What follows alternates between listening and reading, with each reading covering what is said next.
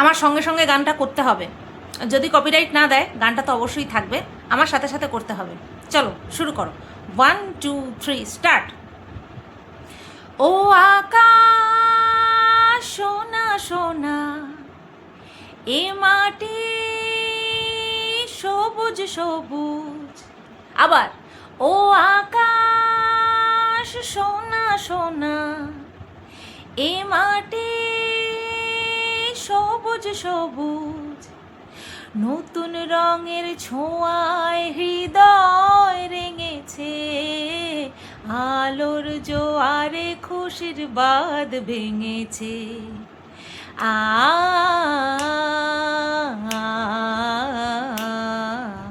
ও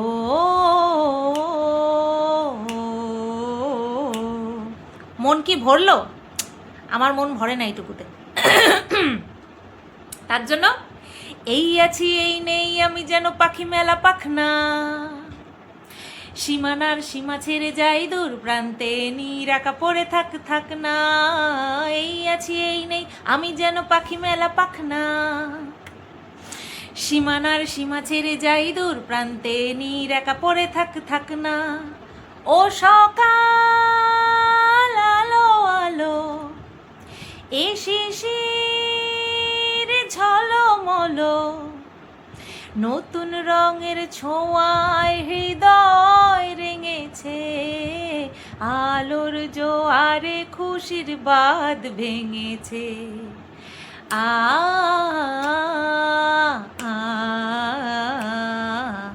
ও তাও একটু হলেও মনটা ভরেছে, জানি না থাকবে কিনা গানটা। আর যদি না থাকে এখান থেকে ভিডিওটা শুরু হবে।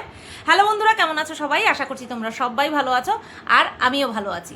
আজকে নিয়ে চলে এসেছি প্রকৃতি প্রেমী ফুলেশ্বরী বিবিকে নিয়ে। হ্যাঁ, আজকে দুটো ট্যাগলাইন অ্যাড হয়েছে, একটা হচ্ছে প্রকৃতি প্রেমী, আর একটা হচ্ছে ফুলেশ্বরী। প্রকৃতি প্রেমী কেন বললাম? কারণ সে নিজেকে বলেছে যে সে প্রকৃতি প্রেমী, মানে প্রকৃতির প্রেমে খুব একেবারে আচ্ছন্ন থাকে। আর সেকেন্ড ফুলেশ্বরী কেন বললাম? যে ড্রেসটা পরেছে সেইটা দেখে আমার ওকে ফুলেশ্বরীই বলতে ইচ্ছে হলো। বিশ্বাস করো, এই ভরা গরমে এইরকম ছাপাওয়ালা, এইরকম ডিপ কালার, ঠিক আছে, খুব কম লোকেই ক্যারি করতে পারে।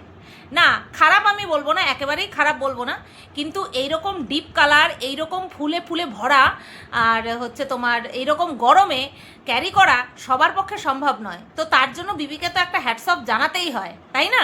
তো এই কারণে ফুলেশ্বরী, আর এই কারণে প্রকৃতি প্রেমী। বাদ বাকি রইল পরে বিবি, সে তো আজীবন বিশেষ ব্যক্তি হয়েই থাকবে। তো চলো শুরু করি। ভিডিওটা শুরু করার আগে আমি রাহুলকে দুটো কথা বলবো। যেখানটায় নয়েজের কারণে ভিডিওর মিউজিক বা যে সাউন্ড, মিউজিক তো না, সাউন্ড মিউট করতে হবে, সেখানে কিন্তু ভয়েস ওভার দিয়ে এডিট করতে হবে, ঠিক আছে? নতবা ওই রকম খালি জায়গা থাকলে সেটা ভালো দেখায় না। হয় কোনো মিউজিক অ্যাড করে দিতে হবে যেটা কিনা কপিরাইট ফ্রি, অর নিজে কথা বলতে হবে। আর যখন বাড়িতে এসে কথা বলিস, আমার মনে হয় কোনো রেস্ট্রিকশন আছে নাকি? তো এখন বাড়িতে চলে এসছি, এত আস্তে আস্তে কথা কেন? এটা যদি তোর ন্যাচারাল ভয়েস হতো বা ন্যাচারাল তুই এভাবে কথা বলতি তাহলে মানতাম, কিন্তু এমনভাবে কথা বলছে যেন বাড়িতে ওকে কথা বলতেই বারণ করে দিয়েছে। তো এইটুকুই আমার বলার কথা, আর সেরকম কিছু না। আর হ্যাঁ, লং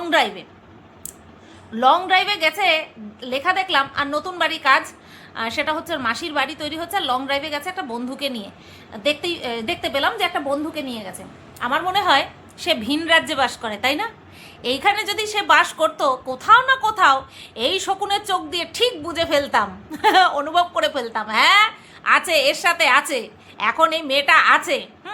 মায়ের জন্মদিন গেল, get together, family get together হলো, সেখানটায় কোনো জায়গায় কোনো নতুন মেয়ে যাকে কিনা আমাদেরকে দেখিয়েছে এরকম কোনো জায়গা ছিল না।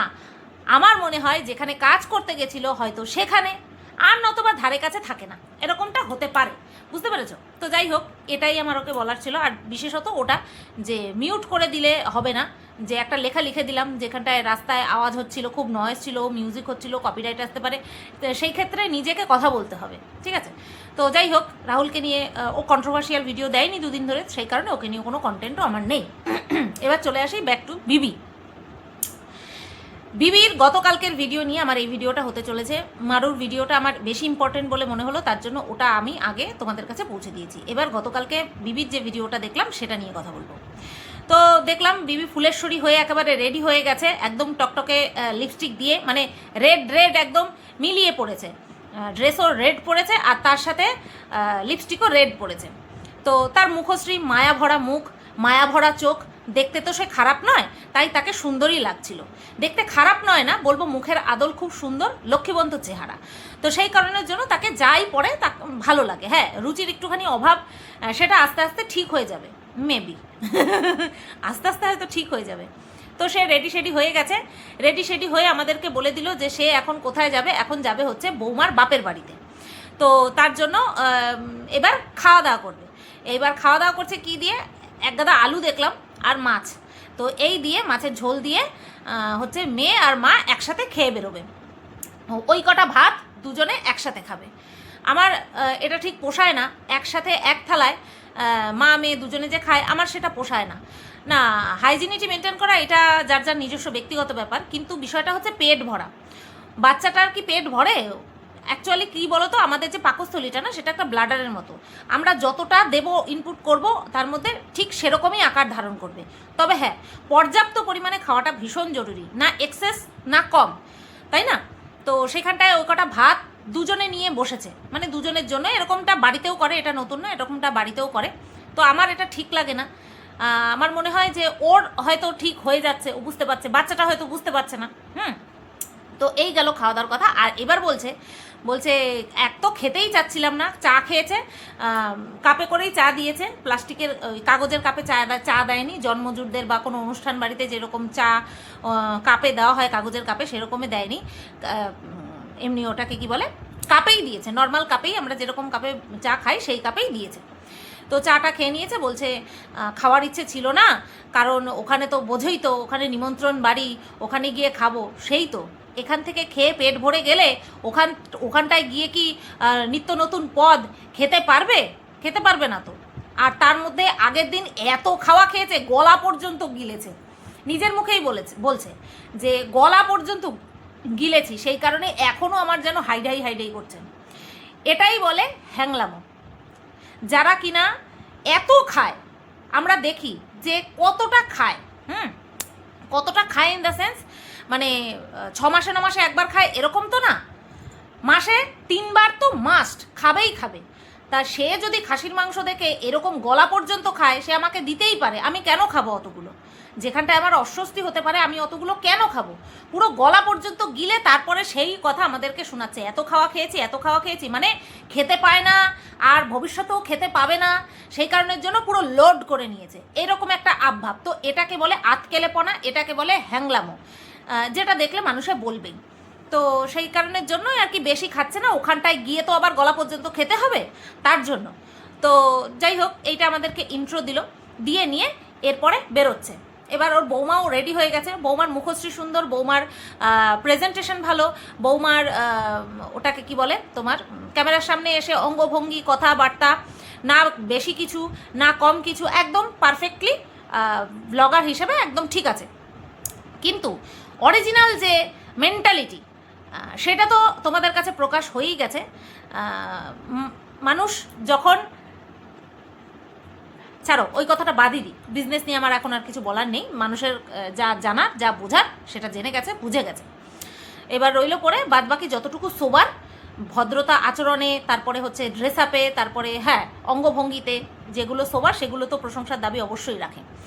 তো তারপরে যখন বেরোচ্ছে তখন বলছে কি গরম, ভেবেছিলাম খুব ভালো কাটবে, কিন্তু ওই বৃষ্টির রেশ যতদিন ছিল, ঝড় বৃষ্টির রেশ যতদিন ছিল ততদিন ছিল, বাদবাকি এখন এত গরম। সেই নিজে যেই জায়গায়, যেই টাউনে থাকে, মানে কি বলবো, সেই আরে বলো না, আরে বলো, প্রত্যন্ত অজপাড়াগা তো না, যেখানটায় গেছে সেটা তো একেবারে অজপাড়াগা না, সবই আছে সেখানটায়। সেখানে সব কিছুর ব্যবস্থাই আছে, শুধুমাত্র বাড়ি ঘরগুলো কাঁচা নয় তাই। অজপাড়াগা হলে কি আর, বা সেরকম যদি লোকালিটি হতো তাহলে কি আর এসি লাগানো থাকতো, তাই না? সবই সুবিধা উপলব্ধ আছে, শুধুমাত্র ঘর বাড়িটা কাঁচা রয়েছে, এটাই যা। তো যাই হোক, নতবা ওই নদী তারপরে জঙ্গল সেটা কিন্তু এই বিবি যেখানে থাকে সেখানেও আছে। মাঝে মধ্যেই যায় না, বাইকে করে স্বামীর সঙ্গে যায় না, তো এটা নতুন কিছু না। তো এইবার গরম নিয়ে বলছে যে একই গরম, ওখানেও যা গরম এখানেও তা গরম। এটা কি এক্সপেক্টেড ছিল? এটা তো বিবির কাছে এক্সপেক্টেড ছিল না। ওখানের গরম নাকি, ওখানের গরমে মানে যেখানটায় বিবি থাকে সেখানের গরমে নাকি তেল বেরোয়, গায়ের থেকে ঘেমে গিয়ে তেল বেরোয়। আর যেখানে গেছে মানে হদ্দ গ্রাম, ওর কথা অনুযায়ী সেই গ্রামে তেল বেরোয় না, সেই গ্রামে ঘামে বা গরমে জল বেরোয়। শ্যাম্পু করেছি তো, এই দুটো কটা চুল মাথা মুখের সামনে এসে বিরক্ত করে দিচ্ছে আমাকে, বড্ড বিরক্ত লাগে। মাথায় থাকতো গোছা বড়া চুল, তারপরে আসতো, তারপরে আমি এরকম ঢং করতাম তাহলে মানাতো। আচ্ছা দুটো কটা চুল, সেই যদি সেই দেখো সামনে এসে ডিস্ট্র্যাক্ট করে, বিরক্ত লাগে না? মনে হয় দুটো কটা থাকার থেকে পুরো উখড়ে নিই। মানুষে কি বলবে, আমি নিজে বলি, এরপরে মানুষে আবার কিছু বলে হার্ট করতে পারবে? তোমরাই বলো। তারাও তো কোনো মানুষের ক্ষমতা আছে আমার রূপ তারপরে আমার যা কমতি সেগুলো নিয়ে বলে আমাকে হার্ট করার? আমি নিজে এইভাবে বলি। তো হ্যাঁ, যেটা বলছিলাম, তো এই তো দুদিন আগে ডায়লগ মারছিল না যে ভালোটা ভালোবাসবো আর খারাপটা ভালোবাসবো না, তা কি করে হয়? প্রাক্তন সিনেমার ডায়লগ দিচ্ছিল না, কোথায় গেল ডায়লগ? 2 দিনেই ফুস, 2 দিনেই সেই ডায়লগ ফুস। আর বলছে শহর, আমি যেখানে থাকি সেই শহরের সব কিছু আলাদা, গরম আলাদা, শীত আলাদা, ঝড় আলাদা, বৃষ্টি আলাদা। আর এই যে গ্রাম, এখানে সব কিছু আলাদা, ঝড় আলাদা, বৃষ্টি আলাদা, গরম আলাদা, শীত আলাদা। কখন আমার বরটা আসবে, কখন এই ঝড় পরবর্তী এই সুন্দর প্রকৃতিটা দেখবে, ও বাবা কখন আসবে আমার বরটা, এরকম করছিল না?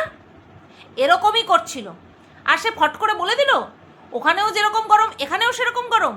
জুবান কোনো দাম নাই, জুবানের কোনো দাম নাই। প্রথম যখন আসলো তখন কি বললো, আমাদের ওখানের যা গরম, ওখানের গরমে তেল বেরোয়, আর এখানে গরমটা না অতটা লাগছে না, তাই না? যাওয়ার দিন কি বলছে, একই গরম। এটাই হচ্ছে এর নেচার। যখন প্রয়োজন তখন মাথায় তুলে নাচবো, যখন প্রয়োজন শেষ তখন ছুঁড়ে ফেলে দেব। এটা শুধুমাত্র আমার সাথে করেনি, এই যে বিশেষ কিছু পণ্ডিত ব্যক্তিবর্গ আছে না যারা কিনা বলে তুই ইউজড হতে গেছিলি, না, ওর নেচারই হচ্ছে প্রত্যেকটা জিনিসকে ইউজ করা। সে কি মানুষ বলো, কি প্রকৃতি বলো, কি সম্পর্ক বলো, কি রক্তের সম্পর্ক ফুটিয়েছে না, কি রক্তের সম্পর্ক বলো, কি দুঃসম্পর্ক, কি যেখানকার সম্পর্ক হোক, কোনো বস্তু হোক, সেটা নিয়েও ও শুধুমাত্র ইউজ অ্যান্ড থ্রো করে। ঠিক আছে, আজকে প্রকৃতিকে ইউজ করলো আর থ্রো করে দিল, ছুঁড়ে ফেলে দিল, আবার নিজেকে বলছে প্রকৃতি প্রেমী। তো যাই হোক, গরম গরম আর ভালো ভালো, এখানকার গরম ওখানকার গরম, তুলনামূলক আলোচনা সব ছুটে গেল, সব ছুটে গেল। তো তারপরে কি করলো, তারপরে গেল যেখানটায় যাবে সেখানে তো খেয়েই চলেছে, খেয়েই চলেছে, খেয়েই চলেছে। ওখানেও দেখলাম সমস্ত কিছু পরিপাটি। আমার ওই ওই যাদের বাড়িতে গেছে তাদেরকে নিয়ে আমার বেশি কিছু বলার নেই। এইবার আসি, তারপরে গেছে একটা মাচায়। অবশ্যই জায়গাটা খুবই সুন্দর, বাট গরমে সব জায়গাতেই গরম।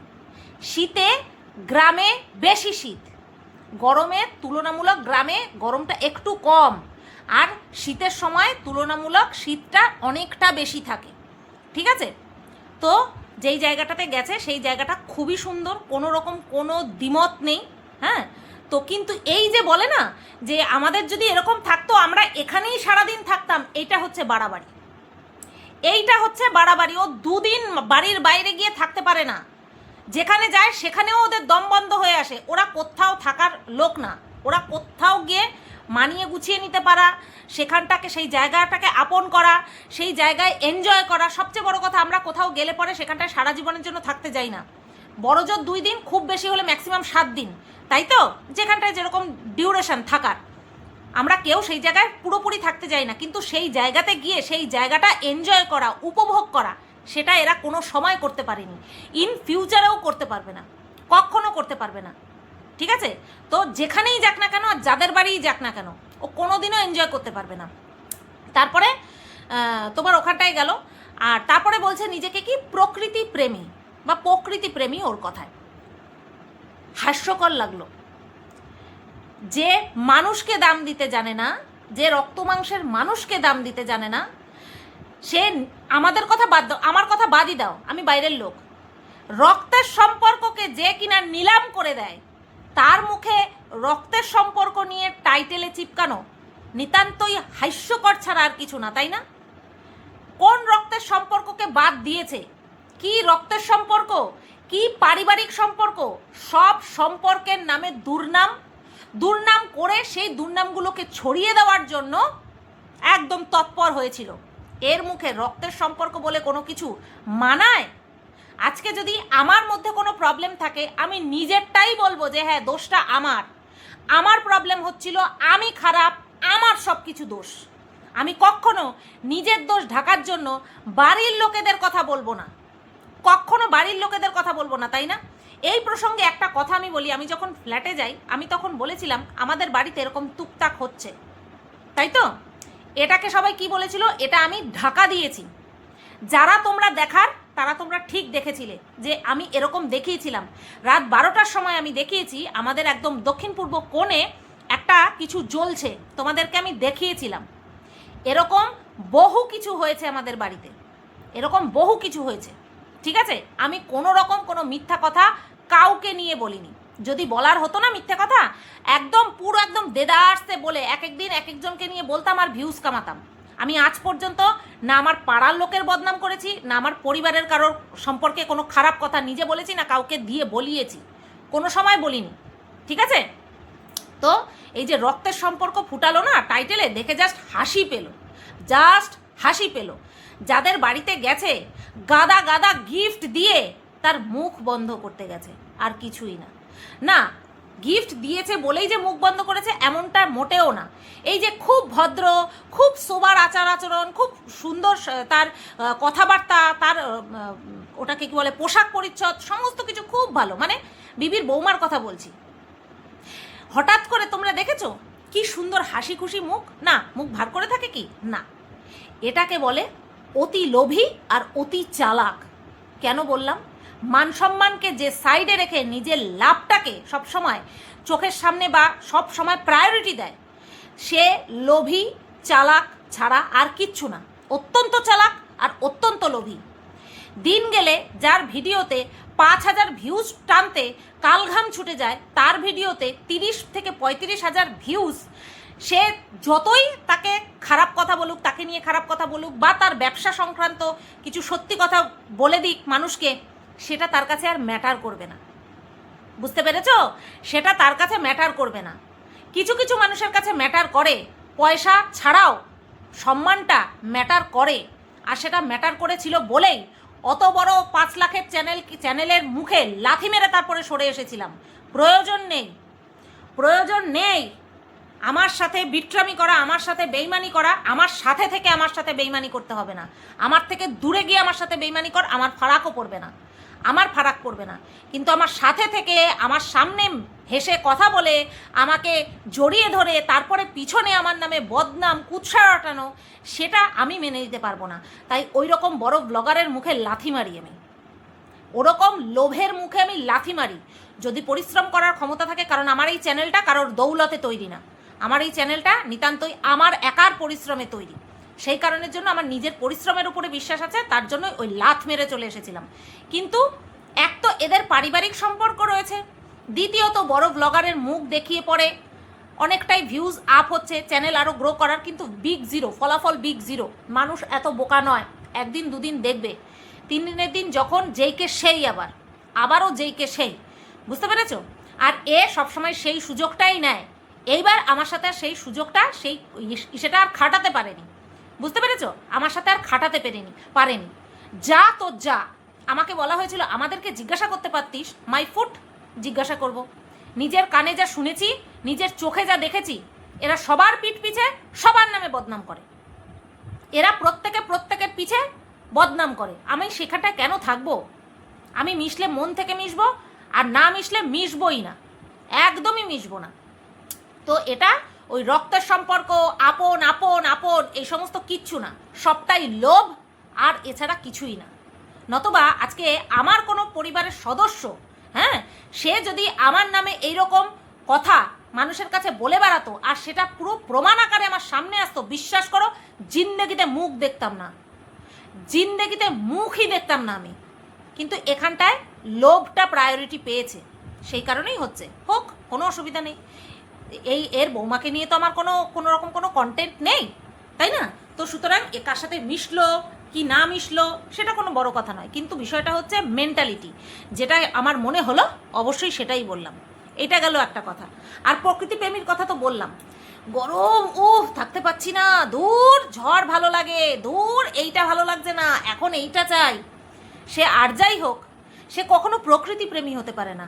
যে আমি তো প্রকৃতি প্রেমের ধারপাশ দিয়েও যেতে পারবো না, আমার সেই নলেজই নেই যে প্রকৃতি প্রেমী হলে সে এক্স্যাক্ট কীরকম টাইপের মানুষ হয়, তাই না? প্রকৃতি প্রেমী হতে গেলে কীরকম হতে হয়, যে কিনা অন্যকে দিয়ে জল দেওয়ায় গাছে, যার কিনা যে এতটাই ব্যস্ত, ছাদে গাছ লাগিয়েছে, সেই গাছে জল দেওয়ার পর্যন্ত তার সময় নেই, সে আবার প্রকৃতি প্রেমী। সত্যি। আর এটা আমাদেরকে মেনে নিতে হবে, এটা আমাদেরকে শোনাচ্ছে আর এটা আমাদেরকে শুনতে হবে। মেনে নেওয়া তো প্রশ্নই আসে না, সেটা আমাদের শুনতে হচ্ছে।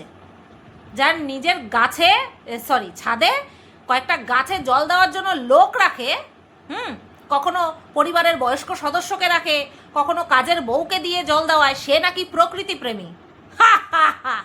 জাস্ট এই 3টে হাসি। আচ্ছা, এবার আসি, কে ছোটবেলায় ছেলেদের সাথে খেলেছে, কে ছোটবেলায় মেয়েদের সাথে খেলেছে। আমরা যখন ছোট ছিলাম, এখনের জেনারেশনটা সম্পূর্ণ আলাদা। আমরা যখন ছোট ছিলাম, আমাদের পাড়ায় যে কটা বাচ্চা কাচ্চা ছিলাম সবাই আমরা একসাথে খেলতাম। সেখানে ছেলে বাচ্চাও ছিল, সেখানে মেয়ে বাচ্চারাও আমরা ছিলাম। কোনো রকম কোনো ভেদভাব করে বাচ্চাকালে জেন্ডার বায়াস হয়ে আমরা মিশি না, সেটা আমাদের মেন্টালিটিতেই আসে না। ধীরে ধীরে যখন আমাদের বয়স হয় তখন আমরা বান্ধবী চুজ করি, আমরা বান্ধবী কথা বলবো, আমরা বান্ধবীর সঙ্গে খুব বন্ধুত্ব হয়ে যায়, গাঢ় বন্ধুত্ব হয়ে যায়। ছেলেরা তাদের একটা আলাদা জোন তৈরি করে নেয়, তাই না? মেয়েরা একটা আলাদা জোন তৈরি করে নেয়। কিন্তু যখন আমরা ছোট থাকি তখন আমরা সবাই একসাথে মিলেমিশেই কাজ করি, খেলি, মিলেমিশে খেলি, সেটা কোনো বড় কথা নয়। কিন্তু এখানে যখন বিবির হাজব্যান্ড বলছে যে ছোটবেলায় মেয়েদের সাথে খেলতাম, তখন বিবি পজেসিভ হয়ে যাচ্ছে। বিবি পজেসিভ হয়ে যাচ্ছে, যেই বরকে এক সময় তুই বিয়ে করে নে না, তুই প্রেম কর না, এর তার কোলে ছেড়ে দিচ্ছিল, এর তার কপালে ফেলে দিচ্ছিল, এখন সেই বরকে নিয়ে বিশাল পজিটিভনেস দেখাচ্ছে, যেটা কিনা নিতান্তই হাস্যকর ছাড়া আর কিছু না।